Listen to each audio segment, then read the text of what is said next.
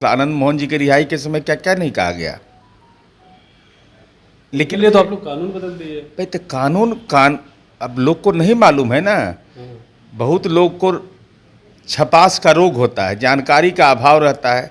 कोई भी व्यक्ति जिसको रेमिशन मिलता है उसको कोर्ट का परमिशन मिलता है।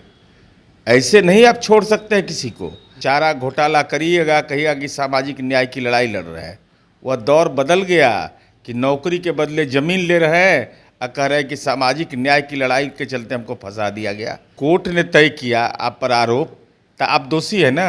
अपराध हम भी करेंगे तो नीतीश कुमार जी पहचानने से इनकार कर देते हैं।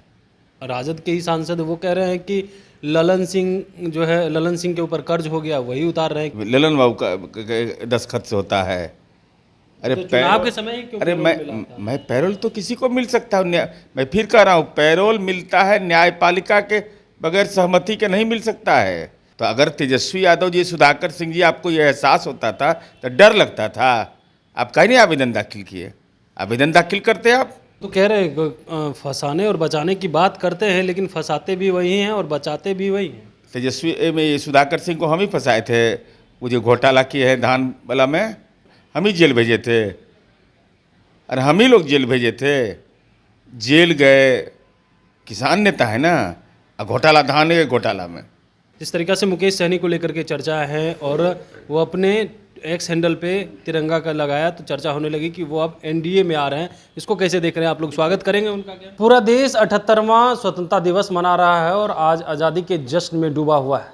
अब इस पर बातचीत करने के लिए हमारे साथ जदयू के मुख्य प्रवक्ता साहब एमएलसी हैं। कैसे देख रहे हैं, आज पूरा देश 78वां स्वतंत्रता दिवस मना रहा है, सबसे पहले उसको लेकर के।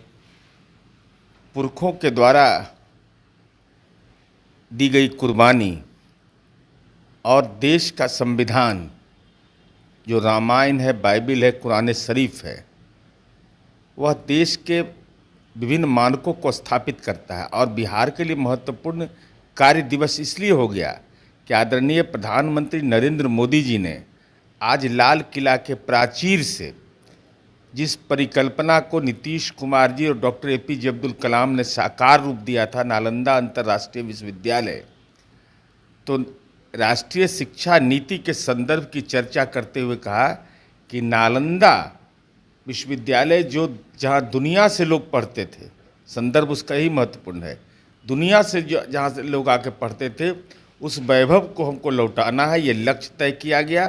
नालंदा स्पिरिट को कायम रखना है। ये ज्ञान की भूमि नालंदा के लिए बहुत महत्वपूर्ण है और बिहार वासियों के लिए महत्वपूर्ण है कि माननीय नीतीश कुमार जी ने उसको आकार रूप दिया।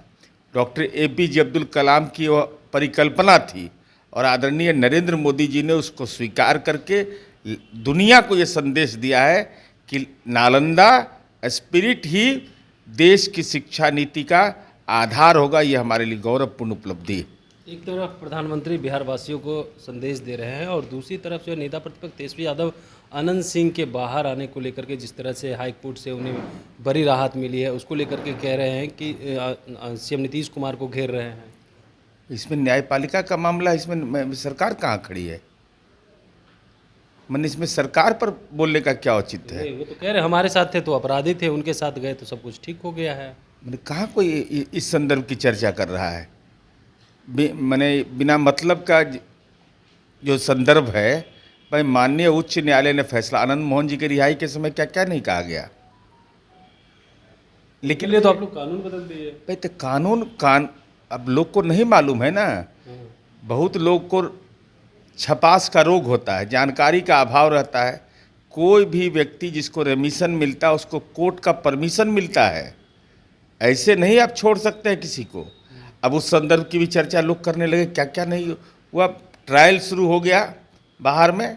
इसलिए माननीय उच्च न्यायालय का फैसला है। माननीय उच्च न्यायालय के फैसले पर टिप्पणी करने का किसी को राजनीतिक टिप्पणी से बचना चाहिए। यह स्थिति माननीय तेजस्वी यादव जी बिहार में नहीं है। अब दौर बदल गया कि चारा घोटाला करिएगा, कहिएगा कि सामाजिक न्याय की लड़ाई लड़ रहे हैं। वह दौर बदल गया कि नौकरी के बदले ज़मीन ले रहे हैं और कह रहे हैं कि सामाजिक न्याय की लड़ाई के चलते हमको फंसा दिया गया। भाई कोर्ट ने तय किया आप पर आरोप, तो आप दोषी है ना।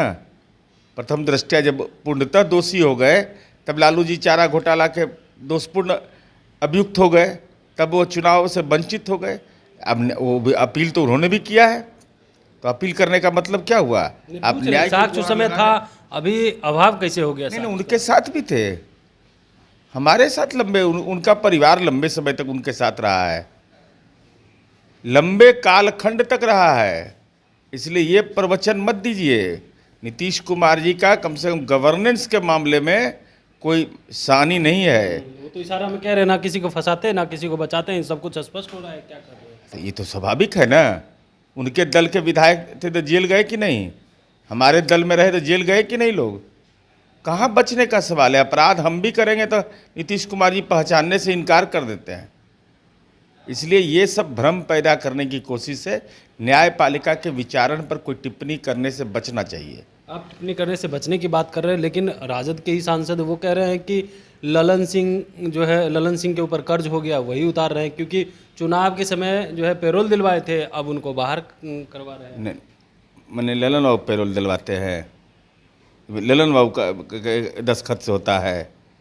अरे तो चुनाव के समय ही क्यों अरे पैरोल मिला था? मैं पैरोल तो किसी को मिल सकता हूँ। मैं फिर कह रहा हूँ, पैरोल मिलता है न्यायपालिका के बगैर सहमति के नहीं मिल सकता है। जेल प्रशासन के अनुमति से नहीं, केवल उसके लिए न्यायपालिका की भी सहमति चाहिए। बगैर न्यायपालिका के सहमति के आप पैरोल नहीं दे सकते हैं, और पूरी निगरानी में आपको रहना होगा। तो अगर तेजस्वी यादव जी, सुधाकर सिंह जी, आपको यह एहसास होता था तो डर लगता था, आप कहीं नहीं आवेदन दाखिल किए। आवेदन दाखिल करते आप कि पैरोल के नियमों का उल्लंघन हुआ है। इसलिए इस ढंग की बातों से बचना चाहिए। वो तो कह रहे हैं फंसाने और बचाने की बात करते हैं, लेकिन फंसाते भी वही हैं और बचाते भी वही हैं। तेजस्वी में सुधाकर सिंह को हम ही फंसाए थे। वो जो घोटाला किए हैं धान वाला में, कितना करोड़ रुपया जो सरकार का बकाया है, जमानत, जेल गए थे कौन? हम ही जेल भेजे थे। अरे हम ही लोग जेल भेजे थे। जेल गए किसान नेता है ना, और घोटाला धान के घोटाला में।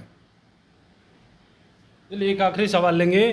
जिस तरीक़ा से मुकेश सहनी को लेकर के चर्चा है और वो अपने एक्स हैंडल पे तिरंगा का लगाया, तो चर्चा होने लगी कि वो अब एनडीए में आ रहे हैं, इसको कैसे देख रहे हैं आप लोग? स्वागत करेंगे उनका क्या? तिरंगा तो कोई भी लगा सकता है, देश का हर नागरिक को ये अधिकार प्राप्त है। अब उसके राजनीतिक संदर्भ क्या होंगे, इस सवाल पर तो मुझे कोई जानकारी नहीं। स्वागत करेंगे आप लोग अगर आएंगे एनडीए में?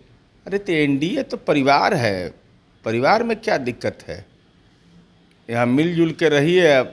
राजद के नेतृत्व में जो गठबंधन है उसको हराइए सब मिलजुल के। बिल्कुल। तो आप सुन रहे थे क्या कुछ कह रहे थे जदयू के मुख्य प्रवक्ता सह एमएलसी नीरज कुमार। इन्होंने तमाम सवालों का जवाब दिया, साथ ही साथ मुकेश सहनी को लेकर के भी कहा है कि यह एक परिवार है और इसमें आइए और राजद को मिलजुल करके हराइए। वही अनंत सिंह को लेकर के भी जिस तरीका से नेता प्रतिपक्ष तेजस्वी यादव हो या उनके पार्टी के जो नेता हैं वो सवाल खड़ा कर रहे हैं, उस पर भी जो है बरसते हुए नजर आ रहे हैं। कमलेश कुमार, लाइव बिहार, पटना।